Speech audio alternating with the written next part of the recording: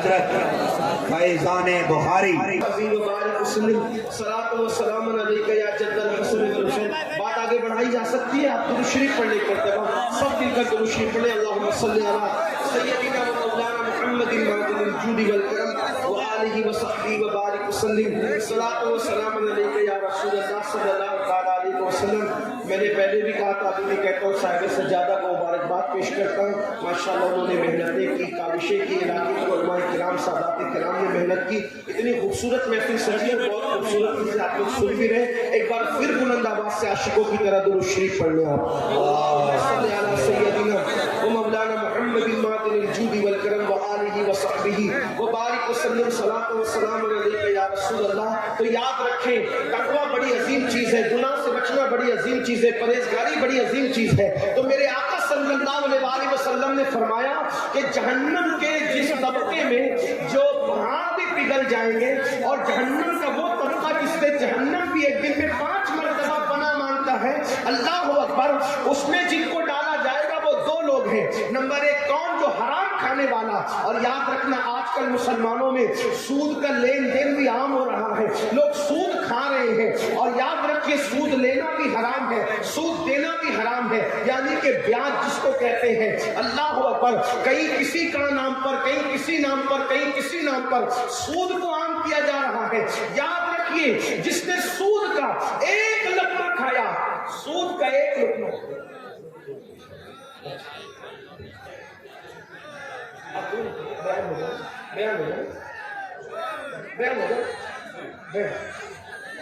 بیٹھ جائیں. آپ سب کی محبتوں کا شکریہ. ایک بار درود شریف پھر پڑھ لیں اپنے آقا علیہ السلام کی بارگاہ میں. اللہ رب محمد صلی اللہ علیہ وسلم نحن بعد محمد صلی اللہ علیہ وسلم صلاۃ و سلام علیک یا جد الحسن والحسین. تو جس نے سود کا 1 لقمہ، 1 لقمے کی بات ہو رہی، جس نے سود کا 1 لقمہ کھایا، گویا اس نے اپنی ماں کے ساتھ 36 مرتبہ زنا کیا. یعنی جو اپنی ماں کے ساتھ 36 بار زنا کرے، اس کو قیامت میں جو عذاب دیا جائے گا وہ سود کا 1 لقمہ کھانے والے کو دیا جائے گا. اب آپ بتائیں جو بیاج کا دھندا کرتے ہیں، انٹرسٹ کا کاروبار کرتے ہیں، ان کا کیا انجام ہوگا؟ اس لیے دنیا ہی سب کچھ نہیں ہے. اور اب گفتگو کو سمیٹتے ہوئے ایک آخری بات بس کر دو سمیٹتے ہوئے کہ ایک بندہ تو وہ کہ جہنم میں پہاڑ جو پگھلیں گے، جس حصے میں پہاڑ پگھلیں گے، جس حصے میں پہاڑ پگھلیں گے، اس میں جس کو ڈالا جائے گا وہ کون؟ حرام کھانے والا. اس لیے حرام نہ کھانا. اور نمبر 2 کون؟ اب وہ دوسرا بندہ سن لے جو گناہ کبیرہ میں نے شروع کیا تھا. گناہ کبیرہ سے بچنے کا حکم ہے، بڑے گناہ سے بچنے کا حکم ہے. تو دوسرا کون بندہ اس حصے میں ڈالا جائے گا جس میں پہاڑ پگھلیں گے، اور ایک بار ایک دن میں 5 مرتبہ جہنم بھی جس سے پناہ مانگتا ہے اس طبقے میں. اور جس کو ڈالا جائے گا تو وہ دوسرے نمبر کا بندہ ہے جو نمازوں کو ترک کرتا ہے، جو نمازوں کو ضائع کرتا ہے، جو نمازوں کی پابندی نہیں کرتا. اس حصے میں ڈالا جائے گا. اے میری قوم کے جوانوں، آپ کی بہت بڑی تعداد ہے. ہندوستان میں جوان 60% ہے، 60% ہے. میرے بھائیوں، نماز کے نام پہ بھی جمع ہو جاؤ. دیکھو سننے کے لیے، تقریر سننے کے لیے ہزاروں کی تعداد میں جمع ہوتے ہو، کاش کے عمل کے لیے بھی ہزاروں کی تعداد میں جمع ہو جاؤ. میرے بھائیوں، ہم نے مسجدوں کو ویران کر دیا. آج مسجدیں ویران ہیں، آج مرثیہ خواہ ہیں مسجدیں. ہم نماز کے لیے نہیں آتے. کتنا سادگی کے ساتھ بہانہ بنا دیتے ہیں، مولانا ہم ناپاک اس لیے نماز نہیں پڑھتے. آپ سے پوچھتا ہوں مسلمانوں، بتاؤ جو ناپاک ہو وہ مسلمان کیسا؟ آپ مجھے بتائیں تو صحیح. اللہ اکبر، اللہ اللہ. میرے بھائیوں، مسجدوں کی طرف آؤ. دیکھو اپنے مسائل ہے. کسی کا کیا مسئلہ ہے؟ روزی روٹی کا مسئلہ ہے. کسی کا بیٹی کا مسئلہ ہے. کسی کی اولاد نہیں ہے. جس کو اولاد ہے، اولاد نافرمان ہے. کوئی بیماری میں مبتلا ہے، کوئی بربادی میں، کوئی تباہی میں ہے. میرے بھائیوں یاد رکھو اپنے مسئلے کا حل اچھی طرح یاد رکھنا. سن لے آپ کو سامنے سے بیٹھنے. دیکھیے کہ میں اس ماحول میں گفتگو کرنے کا عادی ہوں. میں انڈیا میں ہی رہتا ہوں، ہندوستان میں ہی رہتا ہوں، اور آپ کی یہ چیخ و پکار سے میرے کان آشنا ہے اور مجھے اس پہ کوئی برا نہیں لگتا. لیکن اتنا ضرور ہے کہ میرا احترام نہ کرو، لیکن جس کی حدیث پڑھ رہا ہوں اس نبی کا تو احترام سمجھو. آپ چلاتے رہیں گے تو میں گفتگو کرتا ہوں، مجھے کوئی فرق نہیں کرتا، اس لیے کہ 4 لوگ کے چلانے میں مجھے فرق نہیں ہے، یہ جو ہزاروں اطمینان سے سن رہے ہیں میری توجہ ان کی، میری اپنی عادت ہے، میں کبھی نگیٹو کی طرف توجہ نہیں کرتا، میں ہمیشہ پازیٹو کی طرف توجہ کرتا ہوں۔ چپ ہے، خاموش ہے، بیٹھ جائے، درود شریف پڑھے، بیٹھے بیٹھے، بہت اچھے لوگ ہو، بہت اچھے ہو میرے بھائیوں، درود شریف پڑھ لیں ایک بار بلند آواز سے پڑھو۔ اللہ رب محمد صلی اللہ علیہ وسلم علی باب محمد صلی اللہ علیہ وسلم۔ اب گفتگو اختتام پوائنٹ کو پہنچ رہی ہے، تھوڑا سن لیں۔ کتنے اچھے لوگ ہیں بیچارے، گھنٹوں گھنٹوں کھڑے ہیں، کھڑے اللہ تعالیٰ ان کھڑے رہنے والوں کو بھی اور گھنٹوں سے بیٹھنے والوں کو بھی، جو دن 50,000 سال کے برابر کا دن ہوگا قیامت کا دن، اس دن اللہ ہم سب کو تکلیف سے بچا لے۔ آج نبی رحمت کی محفل میں بیٹھے ہیں، کل قیامت کے دن نبی رحمت کے ساتھ اٹھنا اللہ ہم سب کو نصیب کرے۔ کوئی کاروبار کے معاملے میں پریشان، کوئی روزی روٹی کے معاملے میں پریشان، کوئی بیٹی کے معاملے میں پریشان، کسی کو اولاد نہیں ہے وہ دکھی ہے، جس کو ہے وہ اولاد سے دکھی ہے، اولاد فرما بردار نہیں۔ اب ہمارے مسائل کا حل کا، ہم سوچتے ہیں حکومتیں بدلے گی، فلاں پارٹی آئے گی تو مسئلے کا حل ہوگا، فلاں وظیفہ پڑھ لیں گے تو مسئلے کا حل ہوگا، فلاں تعویذ دے لیں گے تو مسئلے کا حل ہوگا، یہ دعا کر دے گا تو مسئلے کا حل ہوگا، وہ دعا کر دیں گے تو مسئلے کا حل ہوگا۔ چلو امین القادری آ گیا ہے، ہماری بستی میں اس سے دعا کرا لو، وہ دعا کر دے گا تو مسئلے کا حل ہوگا۔ ایک بات آپ کو بتاؤں، سچی بات بتاؤں، جب تک مسجد میں نہیں آؤ گے اپنے مسئلے کا حل کوئی نہیں کر سکتا۔ کل بھی اپنے مسائل کا حل مسجدوں میں تھا اور اب بھی اپنے مسائل کا حل مسجدوں میں ہے۔ مجھ جیسا کیا، مجھ سے کوئی بہت بڑا بھی انسان آپ لے آؤ گے اور وہ بھی آپ کے لیے دعا کر دے تو اللہ اس کی دعا بھی آپ کے حق میں قبول نہیں کرے گا۔ کیوں قبول نہیں کرے گا؟ کیونکہ اللہ کے رسول کا فرمان ہے، میرے اور تمہارے نبی کا فرمان ہے، میرے اور تمہارے آقا کا فرمان ہے کہ جو نماز چھوڑ دیتا ہے نیکوں کی دعا سے اللہ اس کا حصہ ختم کر دیتا ہے، نیکوں کی دعا سے اللہ اس کا حصہ اٹھا لیتا ہے۔ بلکہ آپ کو یہ بات کہوں، مسلمانوں اگر نماز پڑھو تو تم کو میری دعا کی اور کسی کی دعا کی ضرورت نہیں ہے، کیونکہ ہمارے نبی ہمارے لیے 1450 سال پہلے اتنی دعائیں کر چکے ہیں کہ اب ہمیں مزید کسی کی دعا کی ضرورت نہیں ہے۔ لیکن اس دعا کے ہم تک پہنچنے میں، اس کا فیضان پہنچنے میں ایک چیز رکاوٹ بنی ہوئی ہے۔ کیا رکاوٹ بنی ہوئی ہے؟ کہ ہم نے رسول اللہ کو نماز چھوڑ کر کے ناراض کر دیا ہے۔ اگر ہم سجدہ کر کے حضور کو راضی کر لیں تو حضور کی دعاؤں کی برکتیں آج بھی ہمیں ہرا بھرا کر سکتی ہے، آج بھی ہمیں برکتوں سے مالا مال کر سکتی ہے۔ کتنی عجیب سی بات ہے، ہمیں واٹس ایپ کے لیے ٹائم ہے، فیس بک کے لیے ٹائم ہے، ٹویٹر کے لیے ٹائم ہے، ہر چیز کے لیے ٹائم ہے، بیوی بچوں کے لیے ٹائم ہے، دوست احباب کے لیے ٹائم ہے، آخر اللہ کی عبادت کے لیے ٹائم کیوں نہیں ہے؟ وہ اللہ کو ٹائم نہیں دیتے۔ کتنے بے شرم ہو گئے ہم، کس قدر غدار ہو گئے ہم، کس قدر بے وفا ہو گئے ہم اللہ کو ٹائم دینے کے لیے تیار نہیں۔ وہ اللہ جس نے زندگی دی، وہ اللہ جس نے ماں کے پیٹ میں ہماری خوبصورت شکل بنائی، کبھی آئینے میں اپنی شکل دیکھ کے اترانے سے پہلے سوچا ہوتا اگر یہی شکل کو اللہ چوہے جیسی بنا دیتا، کتے جیسی بنا دیتا، بندر جیسی بنا دیتا، ہے کوئی پوچھنے والا اس سے کہ تو نے ایسا کیوں کیا؟ آپ بتائیں، اللہ انسان نہ بناتا سور بنا کے پیدا کرتا، کوئی پوچھنے والا ہوتا کہ سور کیوں بنایا؟ کتا بنا کے پیدا کرتا، کوئی پوچھنے والا ہوتا کتا کیوں بنایا؟ اللہ اکبر، اپنی خوبصورت شکل کو دیکھنے والوں کبھی کبھی اللہ رب العزت کے احسان کو تو سوچو، وہ اللہ کتنا شان والا ہے جس نے مجھے اتنا خوبصورت بنایا۔ لوگ مجھے دیکھ کے میری تعریف کرتے ہیں۔ قرآن انسان کی حسن کو بیان کرتے ہوئے کہتا ہے والتین والزیتون وطور سینین وہذا البلد الامین لقد خلقنا الانسان فی احسن تقویم۔ تین کی قسم، زیتون کی قسم، طور سینا کی قسم، اور قسم ہے اس شہر کی، امن والے شہر کی۔ بلکہ مفسرین کیا کہتے ہیں؟ اب آئیے مفسرین کے قول کے مطابق اس کی تفسیر کے حوالے سے اس کا مفہوم بیان کروں۔ شہر ابراہیم کی قسم، شہر موسیٰ کی قسم، شہر عیسیٰ کی قسم، شہر محمد کی قسم، چاروں محبوبوں کے شہر کی قسم اٹھا کر کہا جا رہا ہے اے اللہ اگر بغیر قسم کے بھی تو کہے تو ہم تیری ہر بات مانتے ہیں، لا ریب فی، تیری کسی بات میں ہمیں شک نہیں ہے، لیکن چار قسمیں اٹھا کر کہہ رہا۔ اور وہ بھی قسم کون سی؟ اس شہر کی قسم جس میں ابراہیم پیدا ہوئے، اس شہر کی قسم جس میں موسیٰ پیدا ہوئے، اس شہر کی قسم جس میں عیسیٰ پیدا ہوئے، اس شہر کی قسم جس میں محبوب پیدا ہوئے۔ پتا چلا نبیوں کی پیدائش کوئی معمولی چیز نہیں ہے۔ اللہ چار محبوبوں کے 4 نبیوں کی مولود کی قسم اٹھا۔ اس سے پتا چلا مولود کی اہمیت کیا ہے، اس سے پتا چلا مولود کی اہمیت ہے. لوگ کہتے ہیں میلاد منانے سے کیا ہوتا ہے. میں نے کہا جو مناتے ہیں ان سے پوچھ کیا ہوتا ہے. کیا ہوتا ہے؟ میلاد منانے والے سے پوچھ. اگر کافر بھی میلاد منائے بھتیجا سمجھ کے تو جہنم میں اس کا عذاب بھی کم ہو جاتا ہے. جہنم میں اس کا عذاب بھی کم ہو جاتا ہے. وہ کہا تم لوگ خواب کی باتیں بیان کرتے ہو. ہم نے کہا خواب کی بات ہم بیان کرتے تو مجرم ہوتے. یہ امام بخاری نے بیان فرمایا تھا. وہ کہا کہ آپ لوگ تو خواب کی بات, جب صحابی خواب بیان کر دے تب وہ خواب نہیں رہ جاتا, وہ روایت ہو جاتی ہے نا.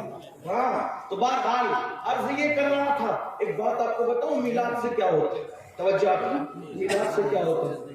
جس کا کوئی تعلق بھی نہ ہو اس کو بھی میلاد کی برکت ملتی ہے. میلاد سے ہی ہوتا ہے.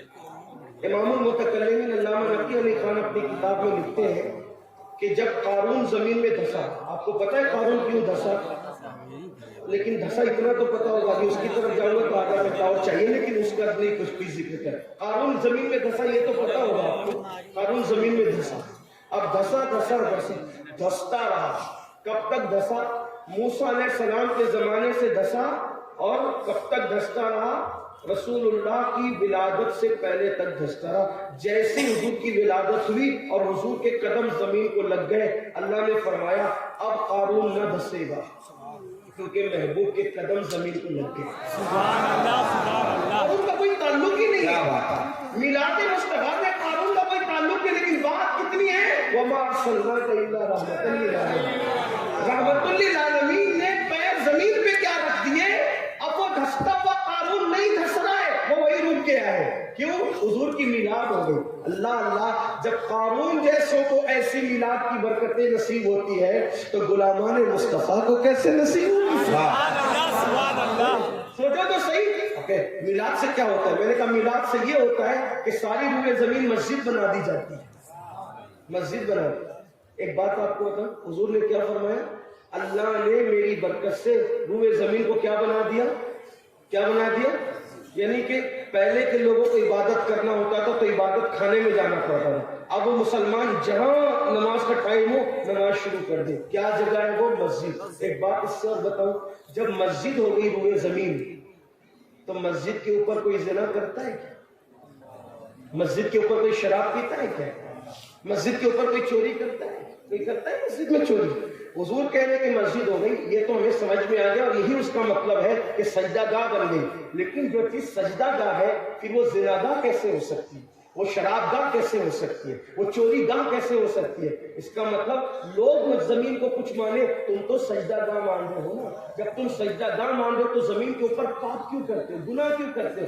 زمین پہ گناہ کرنے نہیں آئے, زمین پہ سجدہ کرنے آئے, زمین پہ اللہ کی عبادت کرنے آئے. تو عرض کیا کر رہا تھا, ہمارے مسائل کا حل کل بھی مسجد میں تھا, سجدے میں تھا, اور آج بھی سجدے میں. اور جب تک سجدہ نہیں کرو گے اس وقت تک کامیابی نہیں مل سکتی.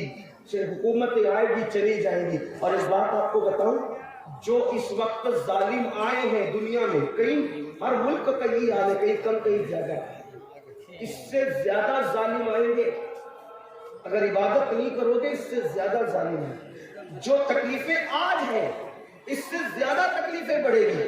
ارے اللہ نے ہمیں خوبصورت شکل دی, رزق دیا, اچھے ماں باپ دیے, ساری نعمتیں دی, کیوں اس کے لیے ٹائم نہیں نکالتے. ایک وقت کی نماز کے لیے صرف 10 منٹ چاہیے, 10 منٹ, 10 منٹ سے زیادہ کا ٹائم نہیں لگتا. کیوں نماز نہیں پڑھتے؟ اور سن لو, اگر نماز نہ پڑھو تو اللہ کے رسول علیہ السلام کیا فرما رہے ہیں. آپ یہ سوچتے ہو کہ نماز چھوڑ دیں گے تو بھی حضور ہاتھ پکڑ کے جنت میں لے جائیں گے؟ نمازوں کو ترک کرو گے پھر بھی حضور ہاتھ پکڑ کے جنت میں لے جائیں گے؟ یاد رکھو, اللہ کے رسول نے فرمایا کہ جو جان بوجھ کے نماز چھوڑ دے میں محمد اس سے بیزار ہوں, قیامت کے دن اس کے ساتھ میرا کوئی وعدہ نہیں ہے. حضور فرمائے ہوش کے ناخن لو, جس سے ماں باپ بیزار ہو جائیں, مرتے وقت تو اس کی زبان پہ کلمہ نہیں آتا جس سے اللہ کے رسول بیزار ہو جائے، مرتے وقت اس کی زبان پہ کلمہ کیسے آئے گا؟ آپ کیا سمجھتے ہو امام اہل سنت کی بات بہت زیادہ کرتے ہو؟ امام اہل سنت نے فتاوی رضویہ شریف میں لکھا کہ جو اذان کا جواب نہ دے اور دنیا کی باتیں کرے، ڈر ہے کہ مرے گا تو کافر ہو کے مرے گا۔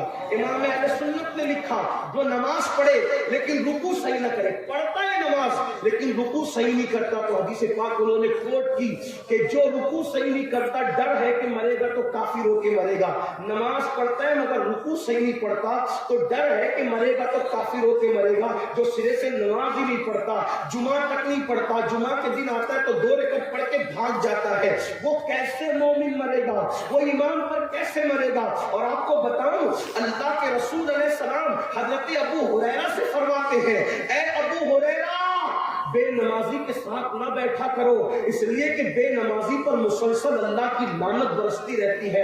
حضور اپنے صحابہ کو بے نمازی کے ساتھ بیٹھنے سے روکتے ہیں۔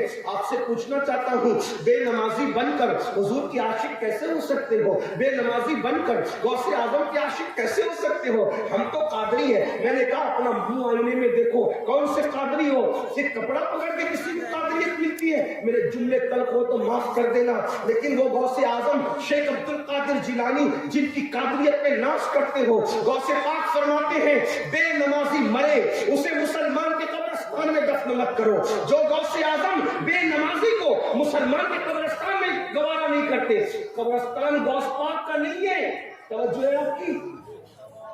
قبرستان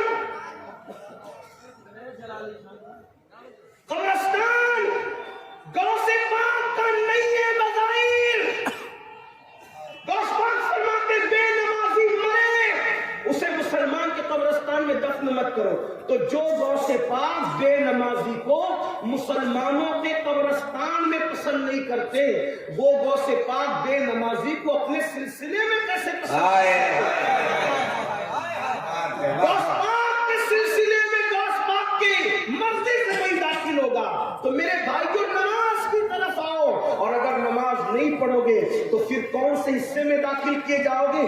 میرے آقا صلی اللہ علیہ وسلم فرماتے ہیں وہ جہنم کا حصہ جس سے جہنم بھی ایک دن میں 5 بار پناہ مانگتا ہے، اور وہ جہنم کا حصہ جس کے اندر پہاڑ بھی پگھل جائیں گے۔ میرے بھائیوں اپنی جوانی پہ رحم کرو، اپنے حال پہ رحم کرو۔ بتاؤ جس جہنم کے حصے میں پہاڑ بھی پگھل جائیں گے، جس جہنم کے حصے میں پہاڑ بھی پگھل جائیں گے، اپنے جسم کا کیا بنے گا؟ آؤ سچی توبہ کر لو، اللہ کی بارگاہ میں معافی طلب کر لو۔ عرس بخاری میں آنے والوں عہد کر کے جاؤ کہ آج کے بعد کبھی نماز نہیں چھوٹے گی، آج کے بعد کبھی بد نظری نہیں کریں گے، آج کے بعد گناہ کبیرہ کی طرف نہیں جائیں گے۔ اگر آپ نے سچی توبہ کر لی تو ہمارے نبی صلی اللہ علیہ وسلم فرماتے ہیں گناہ سے توبہ کرنے والا ایسا ہے جیسے اس نے گناہ کیا ہی نہیں۔ آج بدل جاؤ، کان کھینچنے کا نام توبہ نہیں، گال پیٹنے کا نام توبہ نہیں، استغفر اللہ پڑھنے کا نام صرف توبہ نہیں، بلکہ توبہ یہ ہے اپنے اللہ سے وعدہ کرو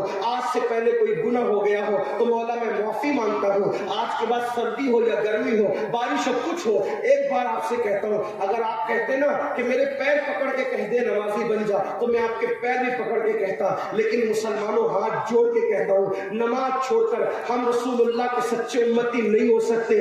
کچھ کرو یا نہ کرو کم سے کم نمازی بنو۔ جو نمازی بنتا ہے وہ دیندار خود بخود بن جاتا ہے، جو نمازی بنتا ہے دھیرے دھیرے وہ اللہ کے قریب ہو جاتا ہے۔ ارے سجدے میں جا کے دیکھو کیا ہے، روزی کا مسئلہ نہ حل ہو تو کہنا، رزق کا مسئلہ حل نہ ہو تو کہنا، مسئلہ کا مسئلہ حل نہ ہو تو کہنا۔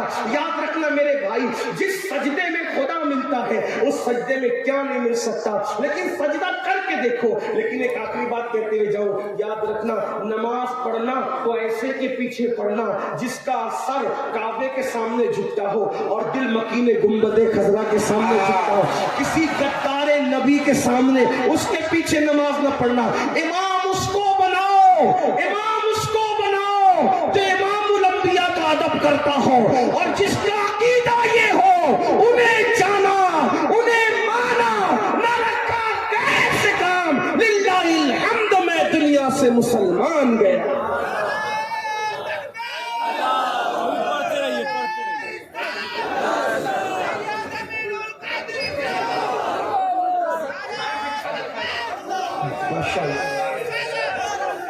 صاحب سجادہ کا حکم ہے 10 منٹ اور بول دو، 10 منٹ اور بول دیتا ہوں، بات پوری کرتا ہوں.